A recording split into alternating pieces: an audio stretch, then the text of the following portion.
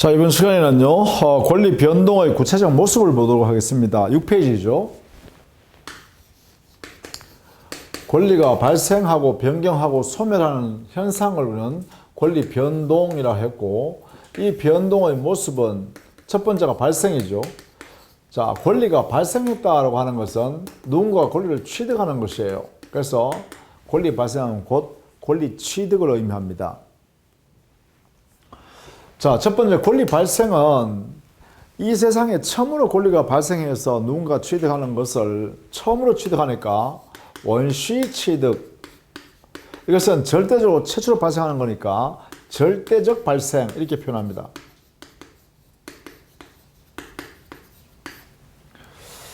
뭐 예컨대 건물을 신축했다. 그러면 건물 신축하면 건물이 이 세상에 없던 건물이 최초로 만들어지면 누군가가 건물 소유권을 취득하겠죠. 이때 건물 소유권을 신축해서 취득하는 이 형태가 바로 원시 취득의 가장 본질적인 모습이죠. 그 외에 우리 민법에는 여러 가지 제도를 만들어 놓고 그 제도 성격이 권리의 원시 취득이다 이렇게 해석합니다. 그게 뭐냐면 시효에서 취득한다든가 선의로 취득한다든가 뭐 선점을 한다든가 습득을 한다든가 또는 매장물을 발견한다든가 또 우리 민법에 개념으로 씁니다만 첨부행위가 있었다든가 이 첨부행위 자 여기에 시효 취득, 선의 취득, 선점, 습득, 발견, 첨부 이건 전부 다 물권법상에서 나옵니다. 물권법상에서 이러한 제도들이 나와요. 거기에 소유권을 원시 취득한다라고 우리 민법에서는 이렇게 해석하는 거죠. 그래서 이것은 물권법의 소유권 파트에 가서 이 부분을 구체적으로 배우겠습니다. 자, 이런 제도들은 전부 다 물권을 원시 취득한다 이렇게 먼저 익혀두시기 바랍니다. 그 다음에 취득하는 모습의 형태는 이렇죠. 이 세상에 이미 존재하고 있는 권리를 기초로 해서 가져오는 거예요. 이미 존재하는 권리를 그대로 가져오는 것도 있을 것이고 그 존재하는 권리 위에 어떤 다른 권리를 하나 만들어서 설정하고 설정되어 있는 만들어진 그 권리를 가져오는 것, 가져주는 것, 주는 것 이런 게 있을 수 있겠죠. 이걸 뭐라고 하냐면 앞에 사람의 권리를 기초로 해서 뒤에 사람이 이어받는다 이렇게 해서 승계 취득이라고 용어를 씁니다. 이것은 존재하는 권리를 상대적으로 가져오는 거니까 상대적 발생 이렇게 해석해요. 이것도 역시 같은 개념이라고 보시면 되겠죠. 자, 이 승계 취득은 반드시 이미 존재하고 있는 권리 그것을 전제로 해서 거래를 통해서 이루어지는 거다. 이렇게 되겠죠. 자, 존재하는 권리 이것을 전제로 한다. 이 권리, 존재하는 권리를 근거로 해서 그 뒤에 후자가 이 사람을 전제를 한다면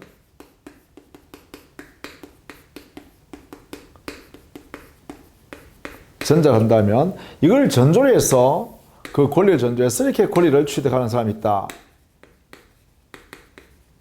이 사람으로는 보통 후자 이렇게 표현합니다. 후에 이루 그 권리를 가져오는 사람. 이때 이 후자의 권리 취득이 바로 승계 취득이다 이렇게 표현한다는 것이죠. 왜? 앞에 있는 전자의 권리를 전제로 해서만 취득합니다. 이때 이 승계 취득에서는 반드시 앞에 사람의 권리가 있어야만 이 권리가 있어야만 뒤에 사람이 권리를 취득합니다. 만약에 앞에 사람의 권리가 없는 상태에서 승계할 권리가 없는데 어떻게 이게 권리 취득하겠어요? 그죠? 따라서 앞에 사람의 권리가 없으면 승계 취득을 할 수가 없다. 이렇게 되겠죠. 이렇게 해석합니다. 승계 취득은. 자, 이때 이제 승계의 형태, 모습에 따라서는 이 존재하는 앞에 사람이 전자 가지고 있는 이 권리를 그대로 뒤에 사람이 가져가 버리면 앞에 사람의 권리를 그대로 뒤에 사람한테 넘겨준다는 거잖아요. 넘겨줘 버리면 앞에 사람의 권리가 없어지죠. 그런데 뒤에 사람은 권리를 취득하죠. 자, 더 뒤에 있는 권리 사람이 취득하는 것은 바로 뭐예요? 이어받아 취득하는 것이고, 그 권리는, 취득한 권리는 동일하죠. 앞에 사람이 갖고 있는 권리, 뒤에 취득한 사람이 이 취득한 권리, 동일성이 유지되는 상태에서 그대로 넘겨놨죠. 이걸 뭐하냐? 이전해 와서 승계했다 해서 이전적 승계에 의한 취득이다. 이걸 이전적 승계라 그래요. 이게는 예컨대 이런 게 있겠죠. 갑이 건물 소유권이 있었는데 이것을 고스란히 을한테 소유권을 넘겨줬다. 어떤 사유로 인하여. 이게 사유는 모르지만 어떤 사유로 여기 있는 소유권이 그대로 을한테 넘어갔다. 그러면 을이 가지고 있는 이 소유권은 갑이 가지고 있는 소유권과 동일하죠. 동일한 권리가 이렇게 이전되었다. 동일한 권리가 이렇게 이전됐다. 이걸 이전적 승계라고 합니다. 그런데 앞에 사람의 권리는 그대로 가지고 있고 그 가지고 있는 권리 위에 어떤 권리를 하나 만들어진 권리를 넘겨주는 거예요. 그래 종전의 권리는 그대로 가지고 있고요. 이걸 뭐라 그러냐? 이거는 설정적 승계라고 합니다. 그래서 승계하는 모습은 동일성이 유지되는 상태에서 가져가는 것은 이전적, 새로 만들어서 가져가면 설정적 이렇게 하는 거예요. 자, 여기에 설정적 승계는 이런 거죠.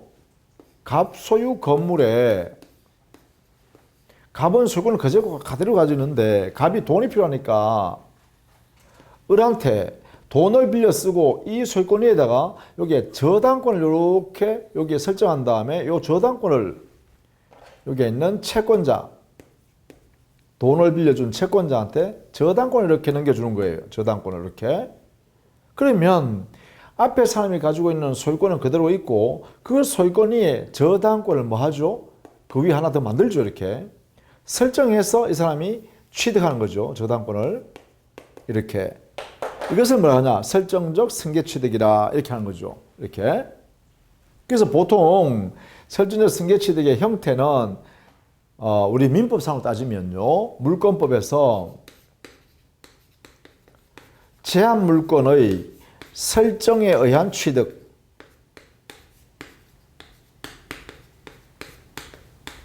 이것이 설정적 승계 취득에 해당됩니다. 제한 물권의 설정적 승계 취득. 보통 나중에 이제 우리가 뒤에서 물권법에서 배웁니다. 제한 물권 하면 소유권을 제한하는 내용의 물권을 말합니다. 소유권을 제한하는 내용의 물권. 예컨대 지상권, 지역권, 전세권, 유치권, 질권, 저당권, 이런 것들을 우리는 제한 물권이라 해요. 이런 물권이 설정되어서 취득하는 모습이 바로 지상권자, 지역권자, 전세권자, 저당권자, 이런 사람들이 최초로 저당권을 설정해서 가져오면 앞에 사람, 전자의 소유권은 그대로 가지고 있고 뒤에 사람은 그 소유권 위에다가 지상권을 갖게 되고 지역권을 갖게 되고 전세권을 갖게 되고 또 저당권을 갖게 되죠. 이러한 지상권, 지역권, 전세권 등의 또는 저당권 등의 취득은 바로 설정적 승계에 해당된다.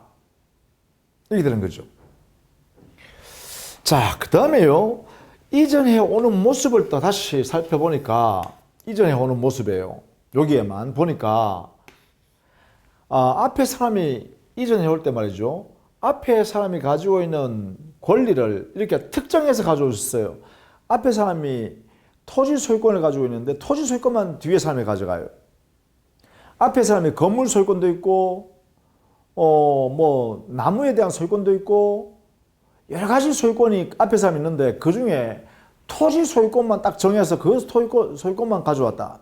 이걸 뭐라 그러냐? 그래서 우리는 거래를 특정해서 이어받았다. 이렇게 해서 특정 승계라고 합니다. 이 예를 들면 이런 거겠죠. 매매에서 소유권을 취득한다든가 또 증여에서 소유권을 취득하는 모습이 전부 다 여기에 들어가겠죠. 매매나 증여에 의한 소유권 취득. 매수인이 이 목적 소유권을 내가 사겠습니다. 파는 사람도 이 소유권을 내가 팔겠습니다. 이렇게 해서 사고 팔죠. 증여도 마찬가지예요. 증여도 이 물건을 공짜로 주겠다. 이 소유권만 주겠다는 것이죠. 그러면 가져가는 사람도 그래 이 소유권만 내 공짜로 가져갈게. 이게 증여란 말이죠. 그래서 매매에 의한 소유권 취득이나 증여에 의한 소유권 취득은 바로 특정해서 그 재산권을 승계받는다. 이렇게 되겠죠. 그런데 이게 이전하죠. 앞에 사람의 매도인이 가지고 있는 권리를 증여하려는 사람이 가지고 있는 권리를 그대로 동일성 유지되는 상태에서 가져오죠. 그래서 특정 이전적 승계 취득의 모습입니다. 이게. 그런데 상속의 경우를 한번 생각해 보세요. 상속의 경우는 피상속인, 돌아가신 분을 피상속인이라고 그러죠. 그 돌아가신 피상속인이 가지고 있던 모든 권리를 사막이라는 사유에서 일거에 상속인이 가져가 버리죠. 이걸 우리는 뭐라 그러냐? 이걸 우리는 포괄해서 승계받는다. 이렇게 표현합니다. 그래서 포괄 승계 취득 이렇게 되겠죠. 포괄 승계 취득. 그것도 이전에 오죠. 동일성 유지되죠. 그러니까 포괄 이전적 승계 취득이 바로 상속이다. 그죠? 상속에서 상속인이 상속받는 것. 또 합병의 경우는 마찬가지입니다. 합병. 회사가 또는 법인이 합병되었다 하면 흡수 합병되는 순간에 흡수되는 법인체 가지고 있던 재산은 흡수하는 법인이 고스란히 몽땅 가져오는 거죠. 한꺼번에 이렇게 해요. 그걸 우리는 포괄 승계 취득이라고 합니다. 이렇게 따라서 이전해 오는 모습, 즉 동일성이 유지되는 것을 말하죠. 이게 동일성이 유지되도록 그대로 이전해 오는 것을 우리는 특정해서 가져올 수도 있고 한꺼번에 포괄해서 가져올 수도 있다. 그 예컨대 내용이 바로 포괄해 가져오는 것은 상속에 의한 재산권 취득이나 합병에 의한 재산권 취득은 바로 포괄 승계 취득이다. 되겠죠? 자, 이렇게 승계 취득의 형태를 나누어 보니까 구체적으로 세 가지가 된다라는 것입니다. 특정 승계, 포괄 승계, 이거는 이전적 승계 취득의 모습이죠. 특정 이전적 승계, 포괄 이전적 승계 이렇게 되겠죠. 그 다음에 세 번째가 설정적 승계. 이렇게 해서 승계 취득. 그렇죠? 자, 그 다음에 변경입니다. 변경. 권리가 변경된다. 그럼 이것은 권리의 구성 요소가 변경되는 것을 말하죠. 그러면 권리의 구성 요소를 어떻게 이해할 거냐? 기본적으로 첫 번째, 권리는 주체가 존재하고 권리에는 내용이 존재하고 권리에는 권리가 작용하는 내용이 들어있습니다. 그래서 주체가 변경되거나 내용이 변경되거나 작용이 변경되는 이런 모습이 있겠죠. 그래서 주체가 변경된다라는 것은 변경, 이런 것은 갑이 소유권을 갖고 있다가 그 갑의 소유권을 이렇게 을한테 넘겨줘 버리면 그러면 소유권의 주체가 갑이었다가 지금은 을로 변경되었다. 이게 되겠죠. 소유권 주체가 변경되었다. 이렇게 표현합니다. 주인이 바꾸는 거죠. 우리 사회에서 말할 때, 그죠? 주인이 바뀌는 게 우리 민법적으로는 주체의 변경, 권리 주체의 변경 이렇게 한다는 거죠. 자, 이 내용의 변경에는 다시요, 양적으로 변경되는 게 있고 질적으로 변경되는 게 있습니다.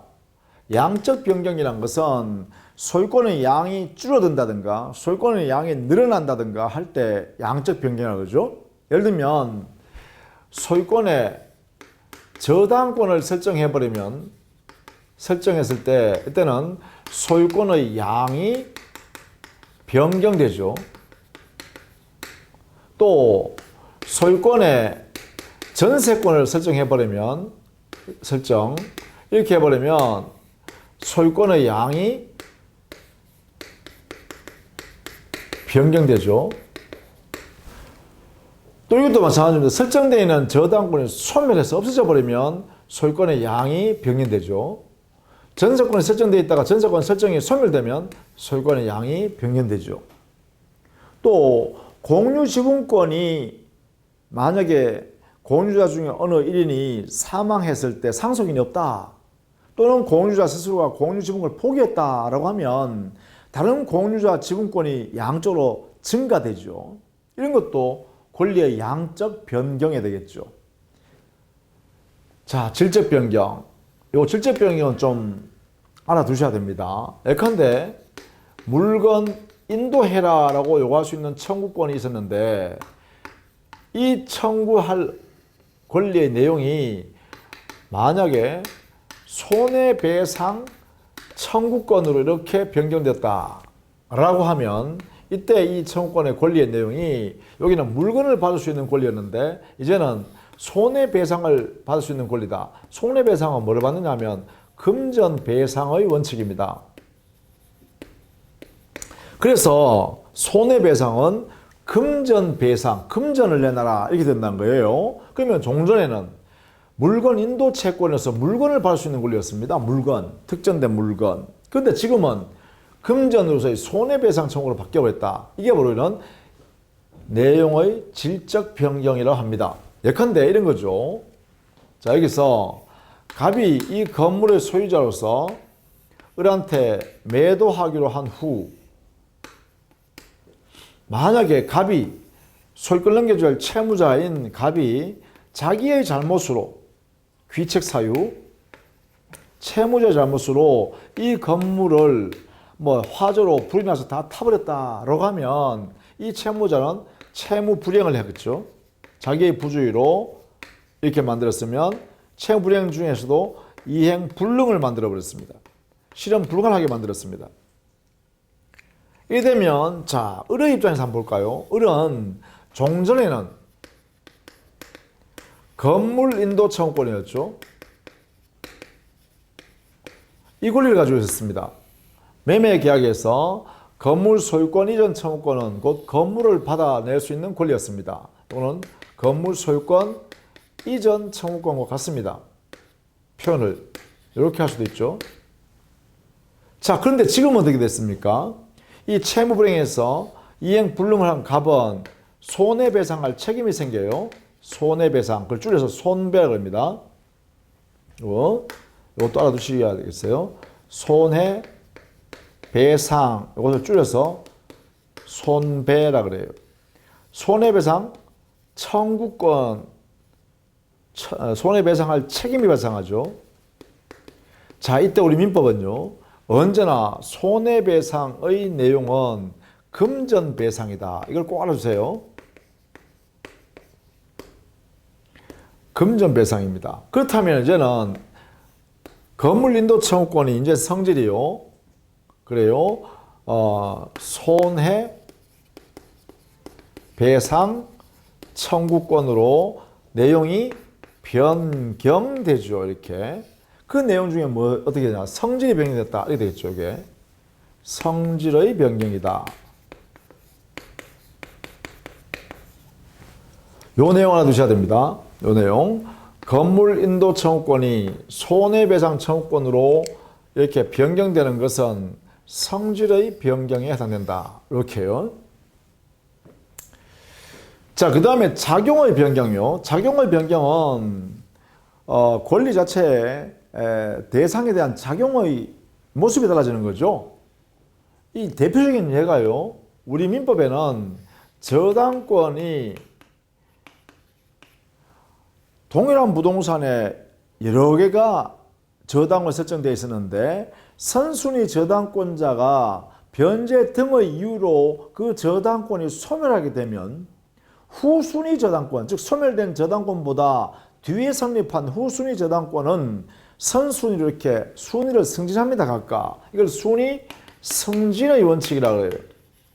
우리 민법에 이렇게 순위 승진의 원칙을 취했는데 이 자체가 뭐냐? 바로 작용의 변경에 해당되는 예입니다.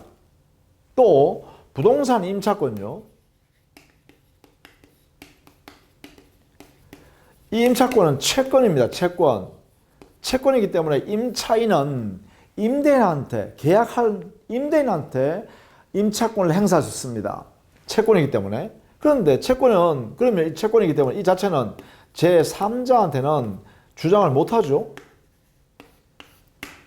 대항할 수 없습니다. 대항을 할 수가 없다. 주장을 못한다 이 말은 임차권을 가지고 제3자한테 나 임차권자니까 이렇게 해줘 할 수가 없습니다. 임차물을 고쳐줘 제3자한테 할 수 없습니다. 자, 그런데 우리 민법은 부동산 임차권인 이 채권을 등기를 할 수 있게 해놨어요. 등기. 부동산 임차권 등기를 할 수 있습니다. 자, 임차권 등기를 했다면 어떻게 되냐? 여기는 제3자한테도 그 임차권을 가지고 주장할 수가 있어요. 대항력이 인정됩니다. 이렇게. 즉, 작용이 이렇게 병된다. 이러겠죠. 종전에는 대항할 수 없는 권리였는데, 주장할 수 없는 권리였는데, 제3자한테는. 그런데 이제는 제3자한테 대항력이 인정되어서 권리를 주장할 수 있다는 거예요. 작용이 바뀌었죠. 그래서 결국은 우리는 권리 변경에서 작용의 변경에는 이 두 가지 정도는 꼭 알아두십시다. 그리고 이것은 물권법에 가고 채권법에 존재하는 것이기 때문에 민법 총칙의 내용이 물권이나 채권에 같이 어우러서 이해해야 되는 것들은 시험에 잘 냅니다. 그래서 제가 여러분을 강의할 때 메모해 놓은 것들 있죠. 이런 것들은 여러분이 어떤 의미를 갖고 있고 어떤 영역에서 이런 내용이 결합되어 있는가를 잘 보시는 겁니다. 이것을 이해하셔야 민법의 문제를 잘 해결할 수 있습니다. 물론 그렇게 해야 민법에 점수를 많이 받을 수 있겠죠. 그래서 우리 강의하는 내용에 제가 칠판에 노트하는 내용들은 반드시 이해하려고 노력하고 어떤 제목과 관계를 맺어서 이렇게 얽혀져 있는가를 반드시 여러분 스스로가 알아야 됩니다. 이게 지금 우리는 권리 변경에 관한 내용을 설명했습니다. 이렇게. 자, 그 다음에 권리 소멸을 볼게요. 세 번째, 권리 소멸에 관한 이야기입니다.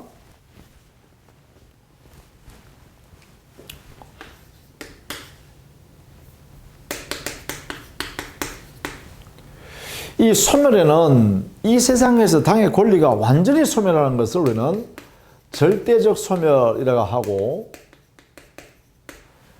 완전히 이 세상에서 사라지지 않고 권리 주체자한테서 권리가 사라지고 그 사라진 권리는 다른 누군가에게 존재하고 있다라고 할 때 종전에 가지고 있던 사람의 권리가 사라지는 현상을 우리는 상대적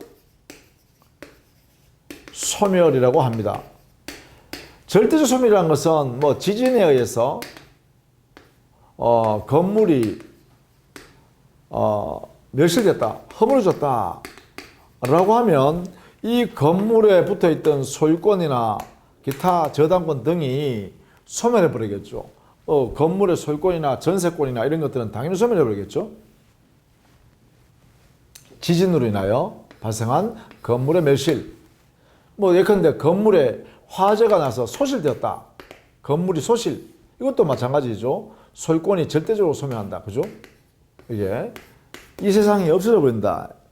또 토지가 포락이 되었다. 포락. 토지의 포락에 의해서도 그 토지에 소유권이 있을 거 아닙니까? 이 소유권이 사라져 버린다. 자, 다만 여기 포락이라는 의미는 뭘까?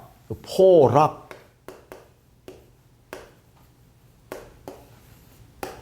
포락. 이 포락이라는 것은요, 토지가 강 바닥이 되어버린 거예요. 강의 하천의 바닥. 아니면 바다 물이 해수면이 이렇게 높아져 가지고 종전에는 토지로 있었는데 해수면이 상승됨으로 인하여 바다가 되어버린 게 있죠. 바닥이 되어버린 게 있죠. 바다.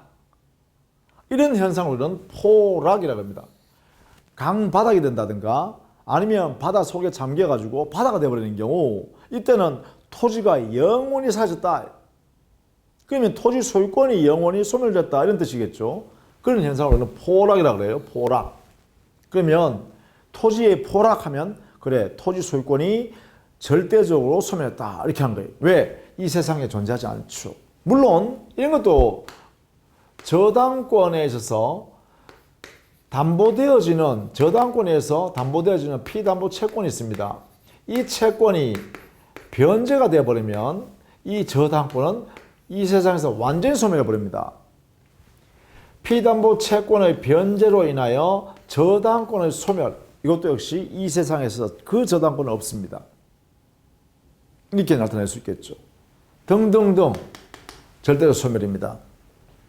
상대적 소멸이란 것은 갑이라는 사람이 소유권을 가지고 있다가 이 소유권을 을에게 양도하여 소유권을 을한테 넘겨줘버리면 이때 갑의 소유권이 상실하죠. 요 종전 소유자의 소멸, 소유권 소멸. 전자의 재산권이 양도 타인에게 이전됨으로써 상실되는 현상. 그렇죠? 이것을 뭐라고 한다? 이것을 상대적 소멸이라고 합니다. 이렇게. 그러면 상대적 소멸이 있으면 여기는 소멸되지만 반대로요. 여기에는 취득한 사람이 있네요. 이거는 뭐예요? 권리의 이전적 승계 취득의 현상이 발생하죠. 승계 취득 중에서도 이전적 승계 취득이요. 여기에 해당되는 거죠. 그럼 결국은 상대적 소멸의 현상은 이전적 승계 취득의 현상으로 나타나게 되겠죠. 이것은 곧 재산권 내부에서 보면, 재산권 권리 내에서 보면 주체가 변경되는 현상이 발생합니다. 그래서 결국은 상대적 소멸은 주체의 변경이자 곧 권리의 이전적 승계 취득의 현상이 된다.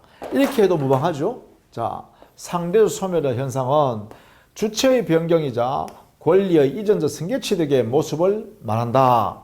이렇게 해도 무방합니다. 예컨대 이런 걸 들 수 있겠죠. 이 그림을 본다면 갑이라는 사람이 자 토지 소유권을 한번 팔아볼까요? 소유권을 이렇게 을에게 둘이가 의사합치해서 10억에 사고 팔기로 약속했습니다. 그래서 갑은 을로부터 대금을 10억을 받고 이 소유권을 을한테 이렇게 넘겨주겠죠. 등기전을 해주면 을이 소유권이 되겠죠. 자, 여기서 보면 우리는 을은 소유권이라는 권리가 취득돼요. 발생하잖아요. 근데 이 사람의 입장에서 보면 이 소유권이 자기한테는 사라지죠. 따라서 이 사람은 소유권이 상실합니다. 상실, 소멸하죠. 이렇게. 여기는 발생하지만 여기는 소멸합니다. 그런데 이게 소유권 내에서 보면 소유권자, 갑이었던 자가 을이라는 사람으로 바뀌었죠. 이건 뭐예요? 주체가 변경이 발생했죠. 이렇게. 그래서 각각 권리의 소멸 현상은 주체의 변경, 권리의 취득이 발생하는데 그 내용을 구체적으로 보면 이 소멸은 상대적 소멸이죠. 왜 상대적 소멸이냐면 여기에 있는 소유권 소멸한 그 소유권이 이 세상에서 완전히 사라진 게 아니라 다른 사람한테가 있다 이런 이야기입니다. 그래서 상대적 소멸에 해당되고 상대적 소멸을 했다 보니까 여기 상대방은 이전 받아서 승계하여 취득하죠. 그래서 이전적 승계 취득이 발생했습니다.